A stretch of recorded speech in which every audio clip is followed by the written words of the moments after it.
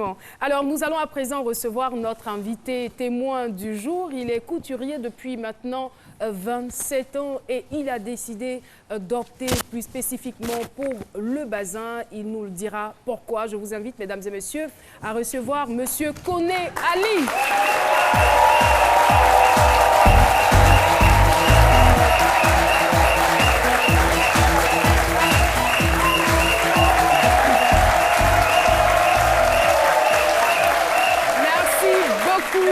Monsieur Koné Ali est d'origine malienne, mais on va dire que la Côte d'Ivoire, c'est vraiment son pays. C'est ici que tout a démarré. C'est ici qu'il a fait toute son enfance. Bienvenue sur le plateau de ce midi. Merci madame. Je suis très heureux de me retrouver sur ce plateau et dans mon pays d'origine. Dans mon pays d'adoption et mon pays de naissance. Alors, expliquez-nous un peu l'aventure avec la couture. Comment est-ce qu'elle a démarré? C'est un peu long, mais on va essayer de résumer. Au fait, j'ai commencé la couture en 90, à Abidjan ici, dans la haute couture. En 2010, je me suis retrouvé à Bamako. Vous commencez dans la haute couture? Non, j'ai commencé l'apprentissage d'abord. Ah, l'apprentissage. L'apprentissage à Bobo chez un particulier. Donc, mais apparemment, vous avez été contraint d'abandonner les études pour la couture. C'était lié à quoi? C'était lié à parce que je n'avais pas assez de force pour faire d'autres métiers. D'accord. Donc la seule chose que je pouvais faire, la paire de ciseaux, c'est par l'eau. Le centimètre non plus. Mais la paire de ciseaux pèse plus lourd, on va dire, que le stylo. Hein. Non, mais la paire de ciseaux, quand même, c'est pas un poids. Ça ne dépasse pas un demi-kilo. Donc, au fait, je pouvais l'attraper facilement. Mais le stylo aussi? Oui, c'est la même chose. Mais non, c'est juste pour vous charrier. Okay. Mais c'était votre passion, vous l'avez senti depuis le bas âge? Oui, depuis le bas âge. Donc, j'ai opté pour la couture. C'est mon grand-père qui m'a mis dans le métier de la couture. Parce que moi, au début, je voulais devenir docteur. Comme moi. Oui, non, plus grand docteur que Philo. Moi, je suis au sommet. Au sommet de l'Himalaya. Je voulais devenir docteur ou pilote. Mais pour la petite histoire, j'ai un de mes enseignants qui m'a vu une fois à Trècheville quelque part. Quand il a su que j'étais couturier, j'étais à Trècheville en ce moment. Il m'a demandé, mais Koné, n'oublie pas que tu n'as pas dérouté. Hein? Tu es docteur, tu opères les tissus. Hein? Et puis tu les recouds. Donc tu fais l'opération. Le même travail. C'est génial ça. Tu es pilote. Hein? Tu es pilote parce que tu pilotes la machine. C'est cela. J'ai dit, vraiment, je ne savais pas mais je veux dire, est-ce que cela vous a conforté dans votre position ou bien vous êtes dit, enfin, il dit juste ça pour m'encourager? Au fait, cela m'a conforté parce que pour moi, la couture, c'est le métier qui rapporte le plus au monde. Oui. Parce que grâce à la couture, ça nous ouvre plus de portes. C'est cela. Hein, la couture peut nous faire rencontrer de grandes personnalités. Aujourd'hui, quand vous regardez un peu toutes ces personnalités, ils sont habillés par un couturier. Même si ce n'est pas moi, ils sont habillés par un couturier. Les mesures, tout ça. Donc ça nous permet de toucher les grandes personnalités. Regardez cette belle dame qui est là. Je les ai touchées, j'ai pris les mesures, tout ça. Même le docteur Philo.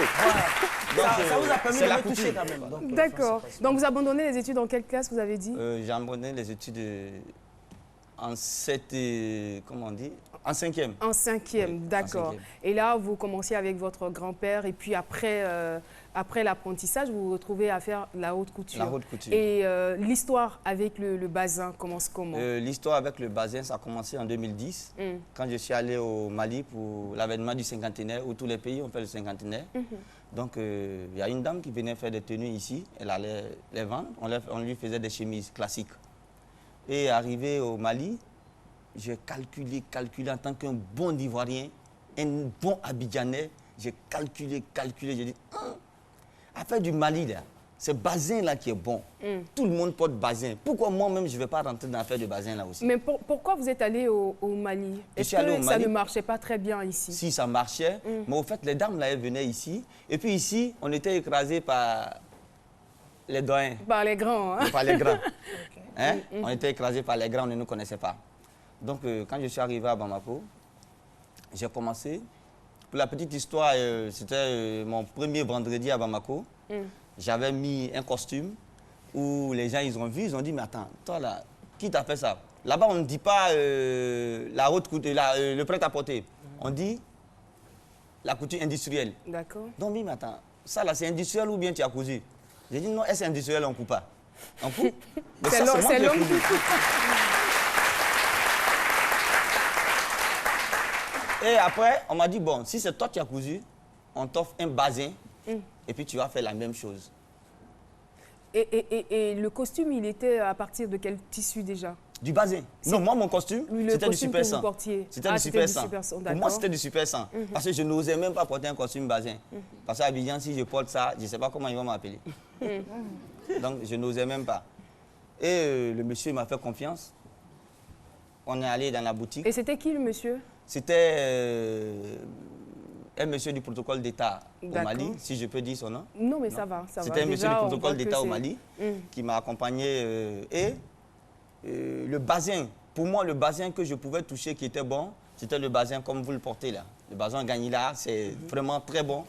Le tissu, c'est du 100% coton. Donc, j'ai pris le bazin et puis je suis allé voir un jeune couturier comme moi qui avait fait aussi à Abidjan. J'ai discuté avec lui, on est tombé d'accord. J'ai découpé et puis j'ai cousu. Mais quand j'ai fait la veste, vous ne pouvez pas comprendre. Le gars a porté ça le 24, la veille de Saint-Sylvestre et de Noël. Il a porté ça le 31. Bissé même. Il a bissé encore même après le 31. Tellement Il était tellement fier.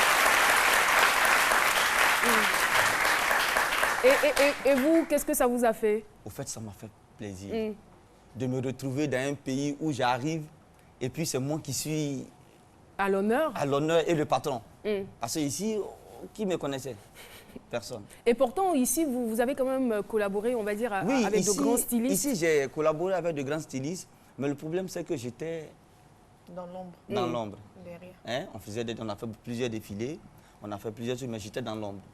Donc, du coup, on ne voyait pas la tête de Ali Koné. Mais quand vous arrivez, par exemple, au Mali et que là, vous n'êtes plus dans l'ombre, que vous êtes au devant de la scène et que vous dites je vais utiliser le bazin pour me faire valoir, je veux dire que est-ce que vous n'êtes pas confronté quand même à certaines difficultés? Si au début, j'ai été confronté à plusieurs difficultés parce que là-bas, quand je suis arrivé, les gens portaient les bazins, les grands boubous. Hein? Les grands boubous hommes, là, vous voyez un peu, les froukias, là. C'est ce que les gens portaient. Mais moi, j'ai calculé, j'ai dit, mais attends, le bazin, là, de toute façon, je coupe les chemises. Chez nous, ici, on dit près du corps pour ne pas faire comme Philo qui aime dans le corps. C'est ça, il me connaît, je me souviens. Les près du Il corps. me connaît. Donc, qu'est-ce que moi j'ai fait? J'ai dit, bon, on prend l'étoffe bazin, qui est de très bon coton, qui s'adapte à tout. On découpe ça près du corps, hein, et on change un peu de style. Vous allez voir que vous voyez un peu la tenue de Philo. C'est des boutons. Et c'est le païnkita. Je ne peux pas parler de la Côte d'Ivoire qui m'a tout donné sans parler du kita. Donc j'ai pris le païnkita et j'ai mis maintenant sur les bazins. Voilà, c'est comme ça. Ça, c'est un mélange Côte d'Ivoire-Mali, en fait. Voilà. Oui, Lynn. En fait, on sait par exemple que le bazin ne se porte pas pour les jours ordinaires. En général, c'est pour les grandes cérémonies et tout ça. Donc, comment vous arrivez, on va dire, à intégrer ça à des vêtements de tous les jours?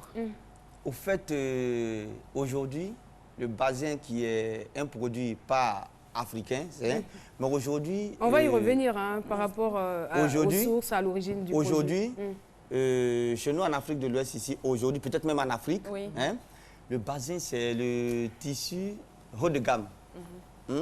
Donc, on a des personnes qui préfèrent mettre le bazin tous les jours parce qu'ils ont de la bourse dans la poche. Est-ce que vous voyez un peu? Et puis surtout que à Bamako, lundi, c'est un jour ouvrable, mardi, mercredi, jeudi, vendredi, ça c'est le jour de prière pour les musulmans, tout le monde doit être en bazin. Samedi, on se repose un peu. Dimanche, Il paraît que dimanche, c'est les jours de c'est mariage. le jour de mariage. Donc, à tous les coups, tout le monde doit être en bazin. Hein? C'est le jour de mariage. Alors, ce que moi j'ai envie de demander. Ouais, c'est-à-dire que c'est ça depuis- quoi. Oui, Ben, le genre. Mais tu t'en fous quoi. Oui, le genre de. En fait, tout ça, c'est le base. C'est joli, hein? Vous allez récupérer après. Bon, on va essayer de voir. Ok. Si tu peux partir à Bamako, avec moi, pas de problème. Depuis toute petite, déjà, à chaque fois que nous, on voyait une femme en bazin, enfin en boubou comme ça, on l'appelait, on se disait automatiquement que c'était une femme djoula.